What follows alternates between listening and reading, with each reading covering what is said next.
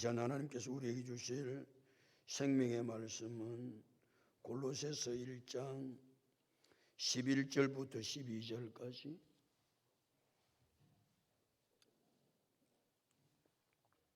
골로새서 1장 11절부터 12절까지 우리 함께 합독합니다.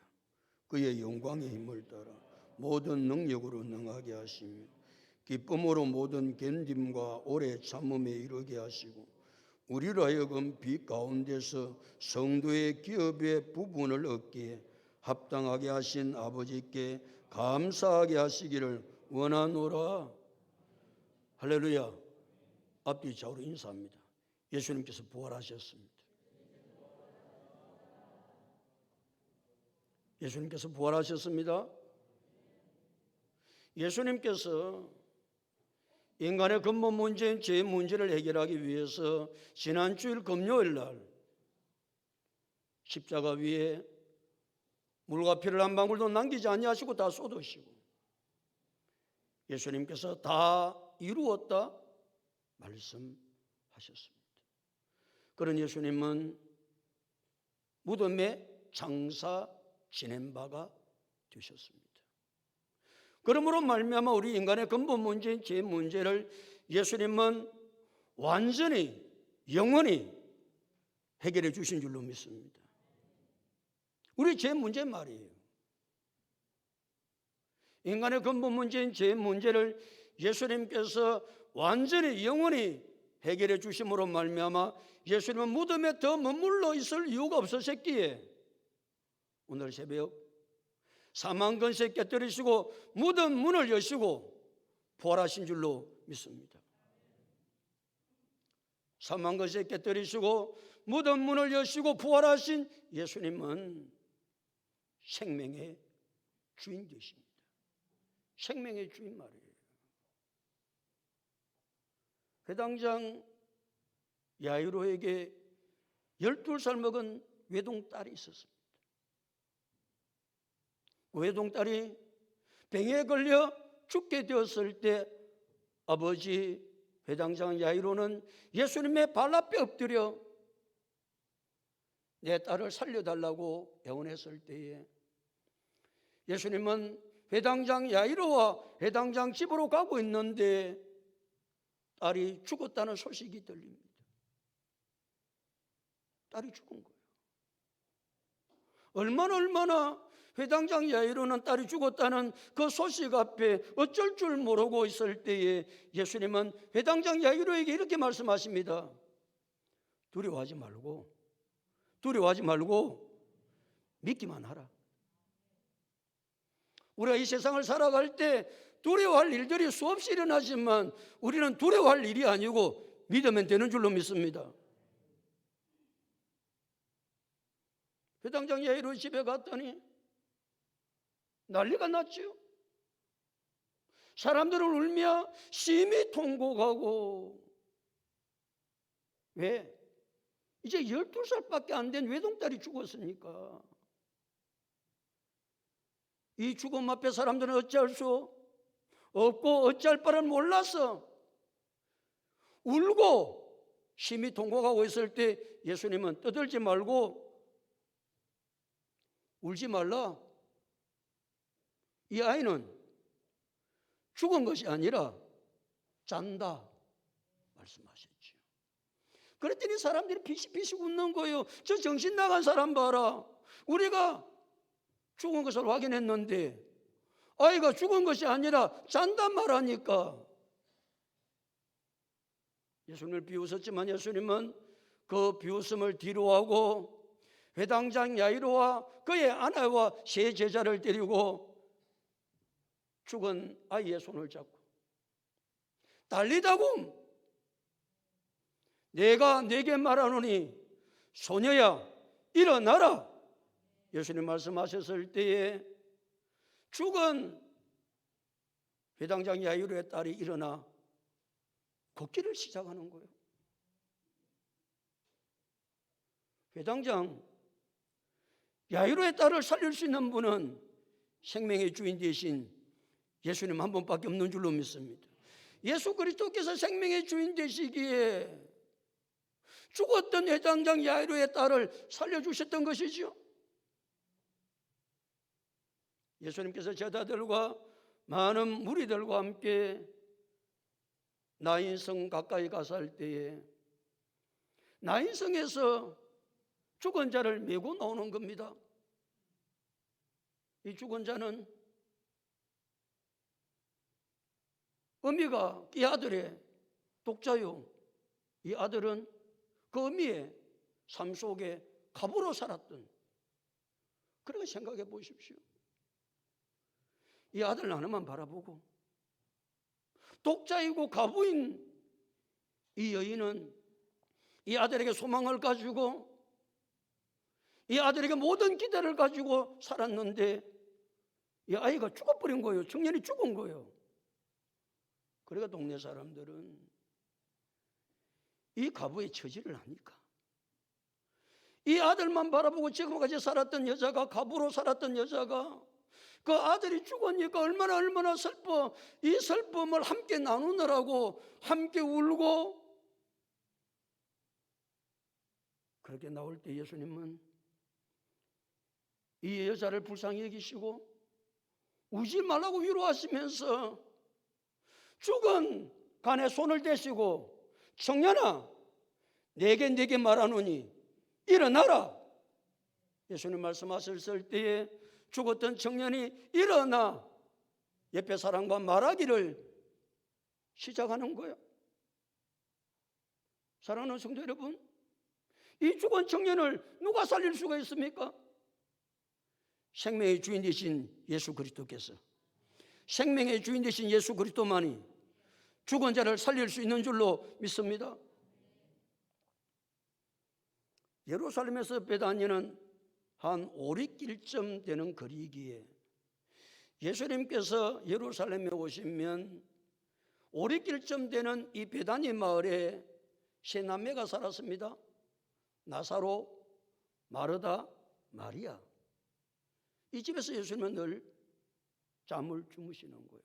그러니까 얼마나 사이가 가까웠으면 예수님께서 예루살렘에 오시면 베다니에 있는 이 세 남매가 사는 집에 와서 잠을 주무셨겠어요?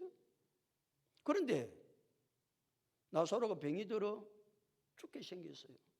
그러니까 마르다와 마리아가 사람을 보내 예수님께 나사로 오라버니가 죽게 생겼으니 빨리 좀 와서 병을 치료해 달라고 하니까 예수님은 예수님께서 맡겨준 사역이 있으니까 그 사역을 하시고 와보니까 나사로가 죽은 지 나흘이 된 거예요. 기가 차지 않았어요? 나사로가 죽은 지 나흘이 되어서 예수님께서 베다니에 도착하셨을 때에 예수님이 베다니에 와셨다는 소식을 듣고 마르다가 나와서 예수님께 이렇게 이야기합니다. 주께서 여기 계셨더라면 내 오라버니가 죽지 아니하였을 것인데 예수님께서 여기 계시지 아니하므로 내 오라비가 죽었습니다.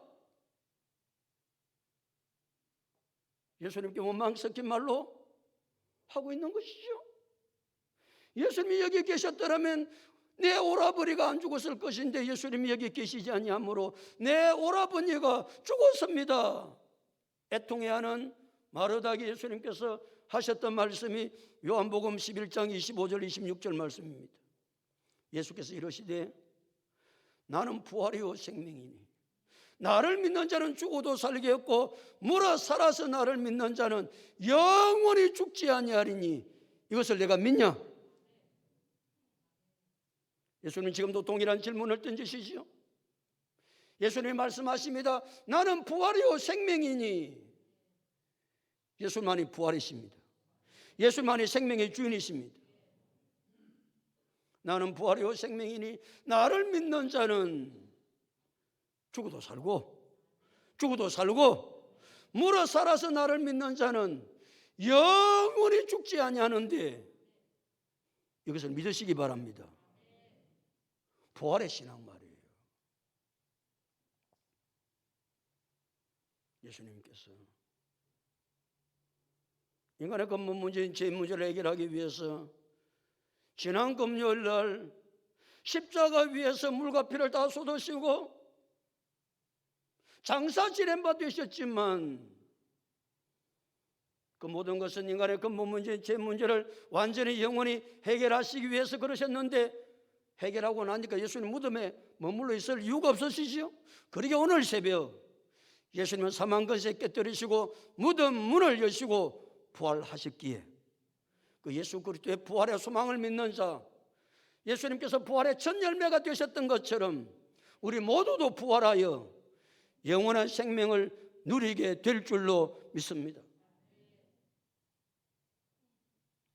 예수님께서 이 땅에 오신 것은 인간의 근본 문제인 죄 문제를 해결하기 위해서 이 땅에 오셨고, 예수님께서 십자가 위에서 이 모든 문제를 해결하셨기에 이 땅에 머물러 있을 이유가 없어 예수님은 하나님 보좌 우편으로 승천하십니다.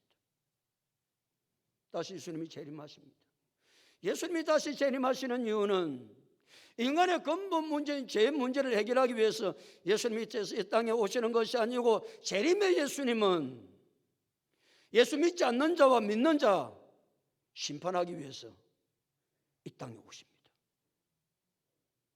그러게 예수님이 재림할 때까지 우리의 신앙 가운데 가장 중요한 것 두 가지를 믿고 붙들어야 사는데, 그 첫 번째는 예수님께서 내 죄를 위해서 십자가 위에서 달려 돌아가심으로 장사 지낸 바 되심으로 내 죄의 문제는 완전히 영원히 해결되었다고 믿으셔야 합니다.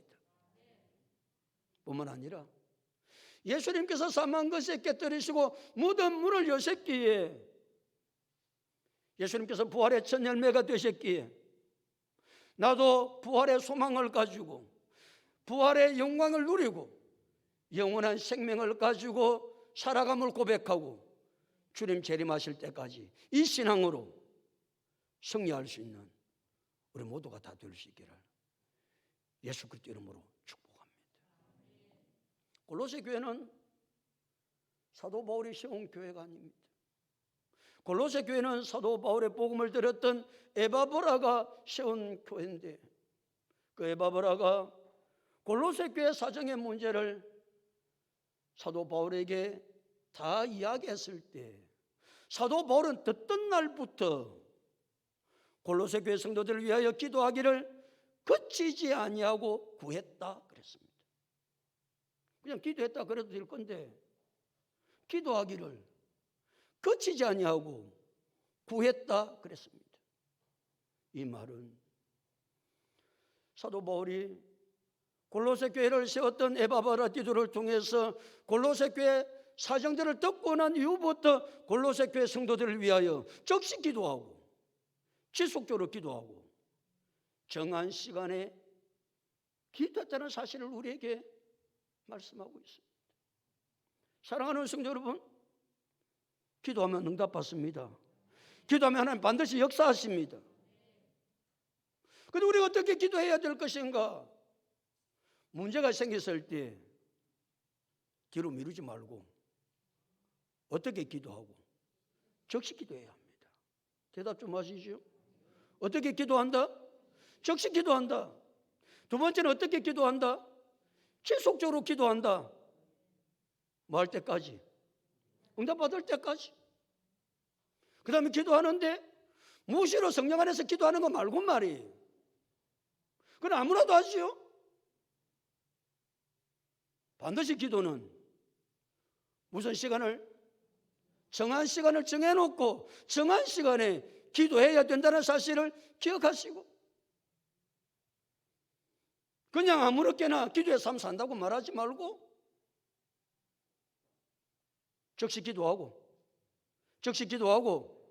지속적으로 기도하고 정한 시간에 기도하여 여러분의 삶의 문제마다 응답받는 놀라운 역사가 일어날 수 있기를 예수님의 이름으로 축복합니다. 사도 바울은 골로새 교회 성도들을 위해서 기도하는 내용들이 지금 계속해서 우리가 살펴보고 있는 중에 있습니다. 기도하는 내용, 첫 번째 기도 내용이 무엇입니까? 하나님의 뜻을 알게 하여 주옵소서. 무엇을 알게 하여 주옵소서? 하나님의 뜻을 아는 거예요. 우리가 이 땅에 사는 삶은 누구의 뜻을 이루기 위해서? 하나님의 뜻을 이루기 위해서 신앙생활 하는 거예요. 내 뜻을 이루기 위해서 신앙생활 하는 게 아닙니다. 그러니까 말이에요. 내가 신앙생활을 해서 하나님의 뜻을 알아야 하나님의 뜻대로 신앙생활을 할 수 있을 것이기에 제일 먼저 중요한 기도는 누구의 뜻을 알게 하여 주옵소서. 하나님의 뜻을 알게 하여 주옵소서. 오늘도 우리가 예배를 드릴 때, 말씀을 들을 때 하나님의 뜻을 깨달는 귀한 시간 될 수 있기를 예수님의 이름으로 축복합니다. 그냥 왔다 앉아가는 시간 되지 말고 하나님께서 이 시간 하나님의 뜻을 나에게 말씀해 주실 것인데 그것도 또 깨닫지 못하고 앉아있다가 그냥 간다고 한다면 이 예배가, 이 말씀 듣는 것이 무슨 의미가 있겠습니까? 아무런 소용없는 것. 그러니까 우리가 내 자신을 위해서도, 아니 내가 다른 사람을 전도해 왔는데 이게 그냥 멍청하게 앉아있다가 하는 거예요. 그러면 그거를 위해서 기도해 줄 것이 무엇이 있습니까? 하나님, 내 자신뿐만 아니라 내가 전도한 사람, 우리 셀 식구들 오늘도 누구의 뜻을 알게 하여 주옵소서. 하나님의 뜻을 알고 돌아갈 수 있도록. 그 기도가 먼저 사도 바울의 첫 번째 기도였습니다. 두 번째 사도 바울의 기도가 무엇이었습니까?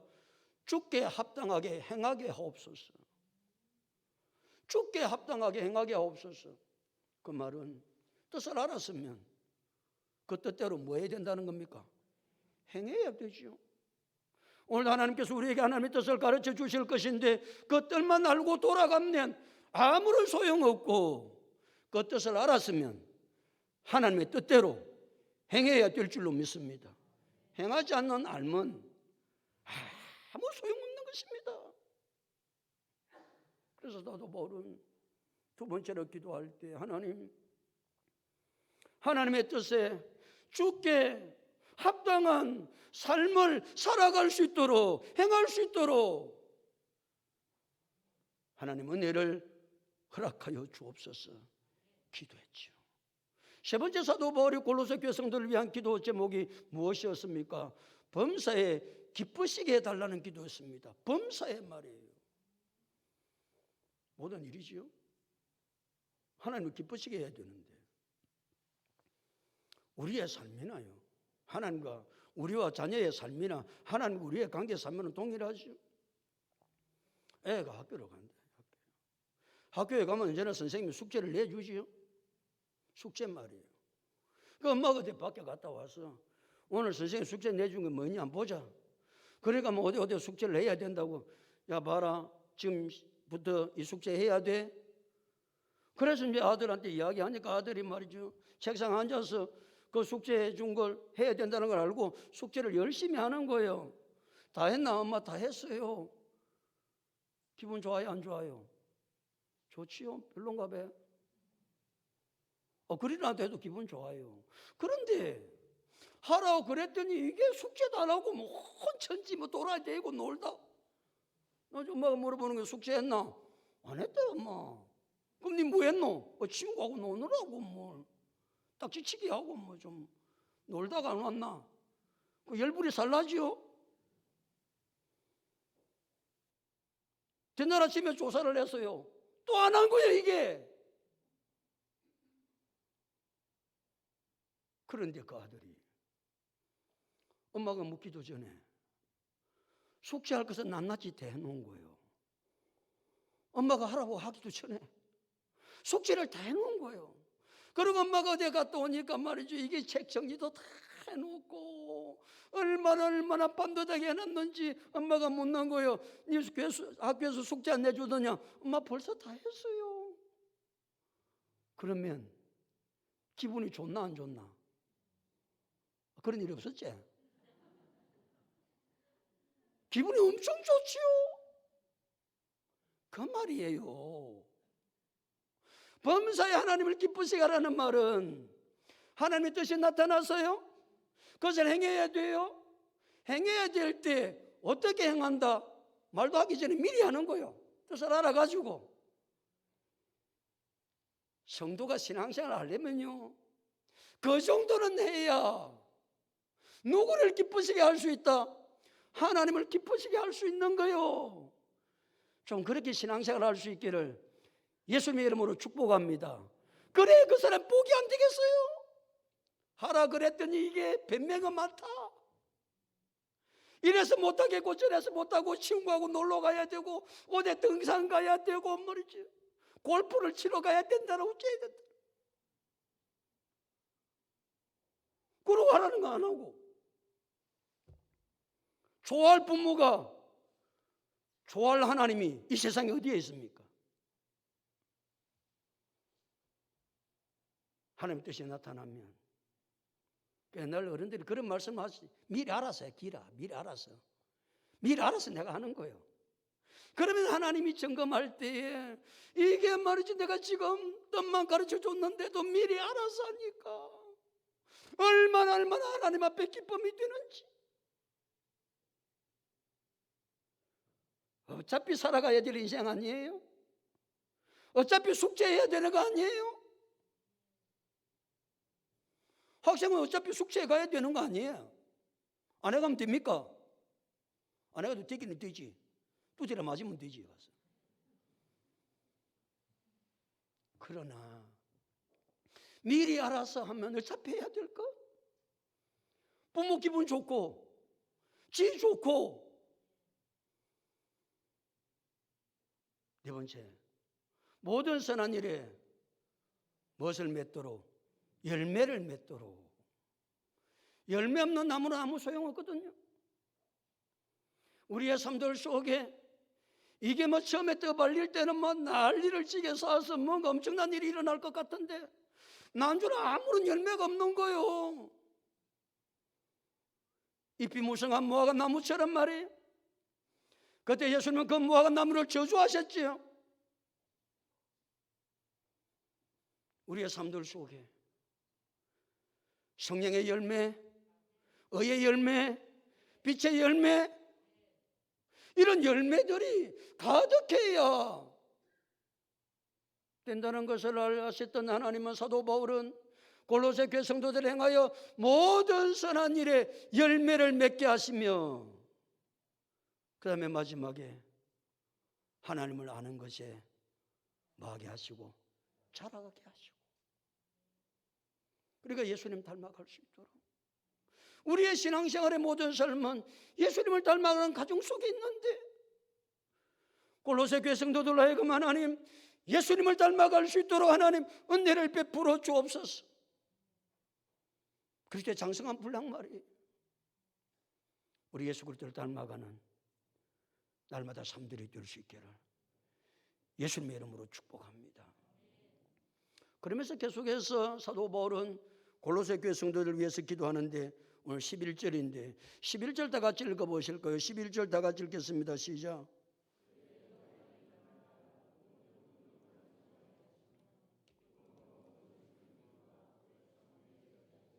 그의 영광의 힘을 따라 모든 능력으로 뭐하게 하시고 능한 삶을 살아갈 수 있도록 하나님 은혜를 주옵소서. 그의 영광의 힘을 따라, 그는 하나님을 말합니다. 하나님의 영광의 힘을 따라, 그 말이거든요. 그 하나님의 영광의 힘을 따라라는 말은 무슨 말인가? 그 하나님의 영광의 힘을 따라라는 말은 하나님의 속성, 모든 것을 종합적으로 말하는 거예요. 하나님의 속성 말이에요. 하나님의 속성을 우리가 간단하게 이야기하면, 하나님 전능하시죠? 하나님 전지하시죠? 하나님의 사랑이 많으시죠? 하나님은 공의로우시지요?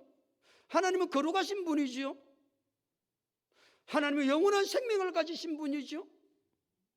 이 모든 것을 종합한 것을 하나님의 영광이라고 그럽니다. 영광. 그러니까 하나님의 영광에 무엇을 따라? 힘을 따라 모든 능력으로, 그 모든 능력 말이에요. 그 모든 것은 다 능력이거든요. 능력으로 뭐한 사람이 되게 하여 주옵소서.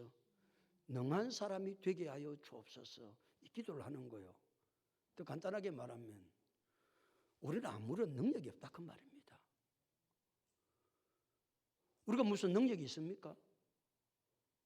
아무리 뭐 해보려고 그러면 능력이 없으면 못해요. 예를 들어 다른 사람을 사랑하려고 그래도 사랑할 능력이 내게는 없어요. 미워 죽겠는데, 꼬라지만 봐도 미운데 어떻게 사랑이 돼요? 안 돼요. 뭘 지혜롭게 하고 싶어요. 내가 지혜롭게 하고 싶은데 지혜가 내 겁니까? 그러니까 하나님의 영광에 힘을 따라서 모든 능력으로 하나님께서 능력을 능하게 하시면 내가 할 수 있을 것인데, 그러니까 내 자신이 전적 무능력자임을 알면 모든 것을 능하게 하시는 하나님께 기도하고 하나님께 의지할 수 있는 줄로 믿습니다. 하나님 내게 사랑을 주옵소서. 하나님 이 일을 해결할 수 있는 능력을 내게 주옵소서. 하나님 이것을 깨달을 수 있는 지혜를 내게 주옵소서. 나는 아무 능력이 없습니다. 그래서 사도 바울은 빌립보서 4장 13절에서 내게 능력 주시는 자 안에서 내가 모든 것을 할 수 있느니라. 그래서 그렇게 고백하는 거예요. 하나님이 내게 뭐 주지 아니하시면, 능력 주시지 아니하시면 나는 아무것도 할 수 없습니다. 그러니까 사도 바울은 골로새 교회 성도들을 기도할 때 하나님, 이 골로새 교회 성도들은 연약하지만 하나님께서 능력을 주시면 넉넉하게 기를 수 있습니다. 하나님 골로새 교회 성도들을 도와주시옵소서.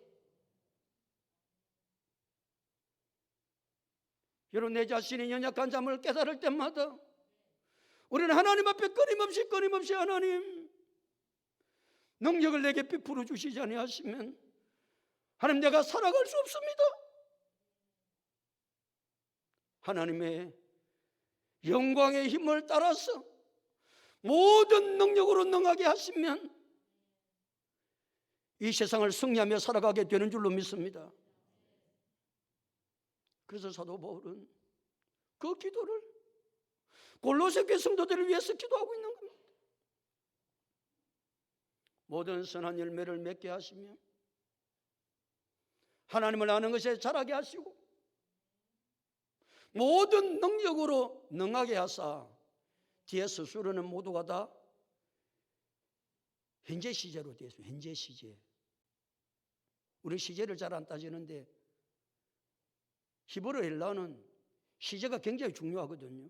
현재 시제라고 하는 말은 계속 되어져야 됨을 강조하고 있습니다. 이런 말씀이죠. 모든 선한 열매를 맺게 하시며, 그 말은 계속해서 선한 열매를 맺어가야 된다 그 말입니다. 선한 열매를 말이죠. 한 번 맺고 끝나는 것이 아니라 선한 열매는 주님 나라 갈 때까지 맺어야 되죠. 그래서 현재 시제를 쓴 거예요. 그런데 많은 사람들은 열매 한 번 그냥 딱 맞고 자기가 그런 열매를 맺었대요. 이전에 한 번 맺었대요. 그런데 그 이후에 열매가 없는 거예요.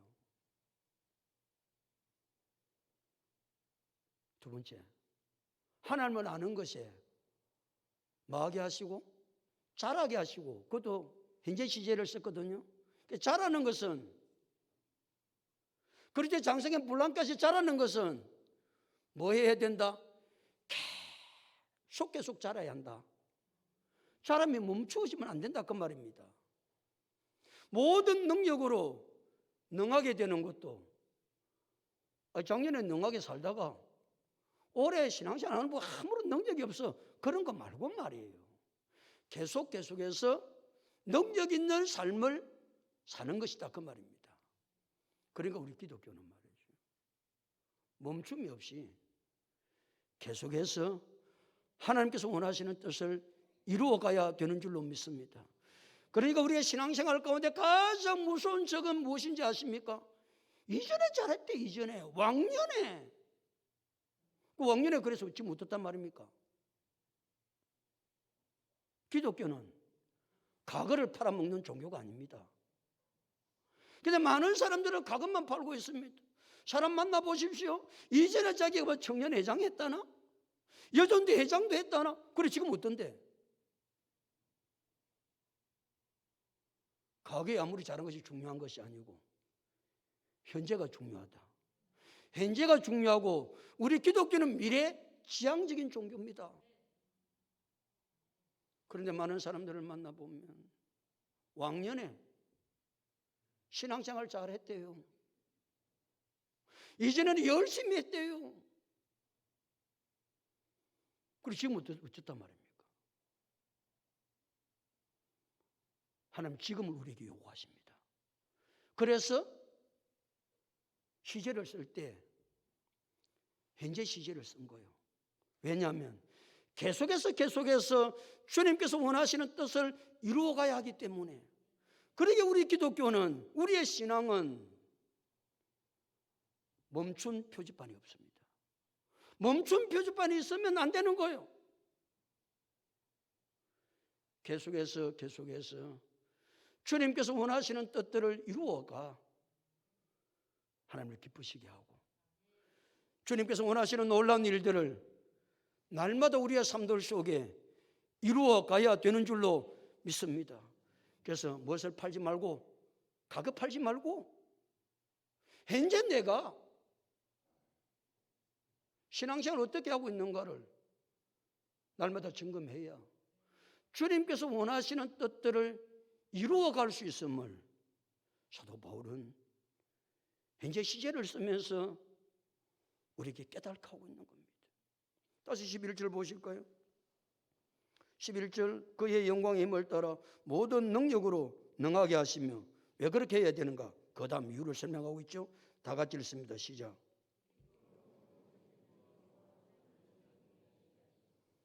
모든 능력으로 능하게 하시지 아니하시면 무슨 삶을 살아갈 수 없다는 겁니까? 기쁨으로 모든 견딤과 오래 참음에 이룰 수가 없다라는 겁니다. 여러분, 모든 것을 견뎌야 되거든요. 여러분, 모든 것을 견디는 것이 쉽지 않습니다. 그런데 이 견딤을 무엇으로 견뎌야 된다고요? 기쁨으로 견뎌야, 기쁨으로. 아니, 견디는 자체도 힘든데 어떻게 기쁨으로 이것을 견뎌 나갈 수 있을까? 여기 견딘다는 말은 내 삶 속에 여러 가지 어려운 상황들이 생길 때에 그 자리를 떠나지 아니하고 내가 나아가야 될 목표 지점을 향해서 내 모든 역량을 총동원해서 전진하는 것을 가리켜서 견딤이라고 말합니다. 여러분, 내 삶 속에 크고 작은 시련과 환난과 역경이 다가올 때에 그 자리를 박차고 내가 왜 이래야 되냐고, 내가 왜 여기 있어야 되냐고,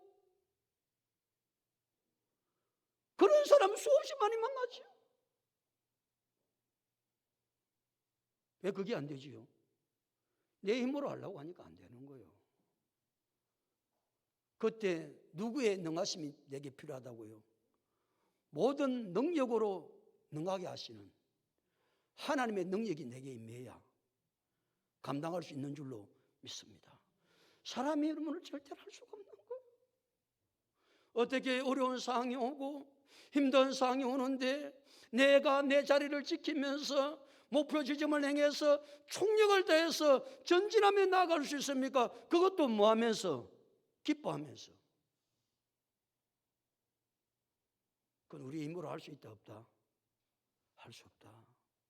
그래서 하나님의 영광의 뜻을 따라 모든 능력으로 능하게 만들어 주셔서 내가 이 일을 감당할 수 있도록 은혜를 달라고 기도하는 것입니다. 자, 그 다음에 또 뭐라고 그랬어요? 기쁨으로 모든 견딤과, 그 다음에 읽습니다. 시작. 오래 참음에 이르게 하시고. 뭐 견디면 오래 참음이나 비슷한 것 같지만 여기에서 우리에게 주시는 말씀은 많이 다릅니다. 아까 견디면 그렇게 설명을 했고 오래 참으면 이런 겁니다. 다른 사람이 나에게 무리한 행동, 무려 이게 버릇이 없는 거예요. 여러분, 누가 나한테 버릇없이 대항하면 여러분 기분이 썩 좋습니까? 이거 봐라, 이게 뭐 세상에 이런 인생이 어디 있어, 이게 왜 이리 무리하지? 무례를 떠나서 나를 모욕을 하는 거예요. 여러분, 다른 사람이 나를 모욕하면 참습니까? 난리 나지요. 그 사람 그냥 안 두지요. 그 모욕을 지나서 나를 박해하는 거예요. 나를 대적하는 거예요. 그러면 여러분 어떻습니까? 이때도 원망하지 아니하고 분노하지 아니하고 고요하게 그 상황이 끝날 때까지 기다리는 것을 가르쳐서 오래 참음이라고 그래요. 이게 가능합니까? 그런데 하나님은 이것을 우리에게 지금 요구하고 있거든요. 이게 가능하냐고요. 난리가 일어나죠. 세상을 뒤에 불 뿌리려고 그러겠죠. 그런데 이것이 가능한 것은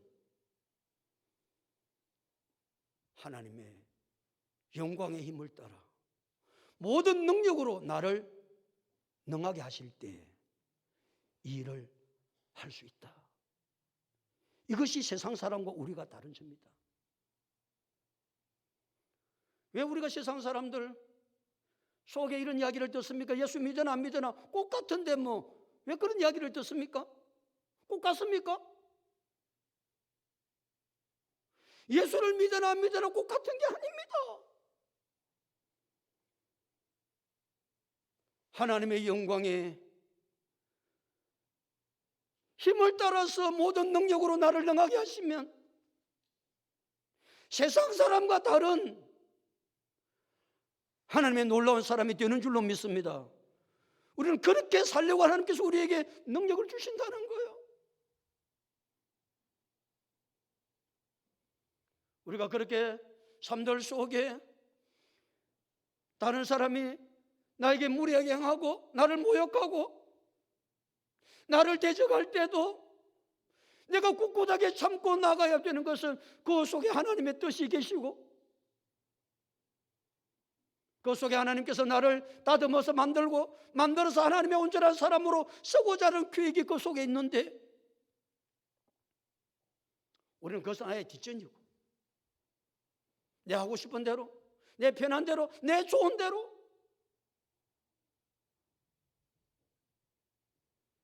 사랑하는 성도 여러분, 모든 견딤과 오래 참음으로 나아가면서 기뻐하는 것은 인간의 힘으로 할 수 있는 게 아닙니다.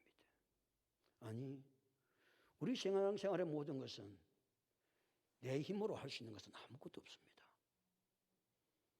하나님의 영광의 힘을 따라 모든 능력으로 나를 능하게 하시면 가능한 줄로 믿습니다. 이 기도를 사도 바울은 골로새 교회 성도들을 위해서 기도하고 있는 거예요. 그러니까 우리가 매일매일 내 삶을 살아가면서 내 힘으로 안 된다고 하나님 내 힘으로 안 됩니다 그렇게 포기할 것이 아니라 하나님의 영광의 힘을 토대로 해서 모든 능력으로 나를 하나님 능하게 하시면 하나님께서 원하시는 뜻들대로 살아갈 수 있습니다. 하나님 나를 도와주시고 하나님 나를 능하게 만들어 주셔서 주의 놀라운 역사를 이루어갈 수 있도록 은혜 달라고 기도하면 모든 능력으로 능하게 하신 하나님의 역사는 오늘도 나를 통해서 하나님의 일하심이 드러나게 될 줄로 믿습니다. 하나님이 원하시는 것은 무엇입니까? 나를 통해서 하나님이 드러나기를 원하시는 거예요.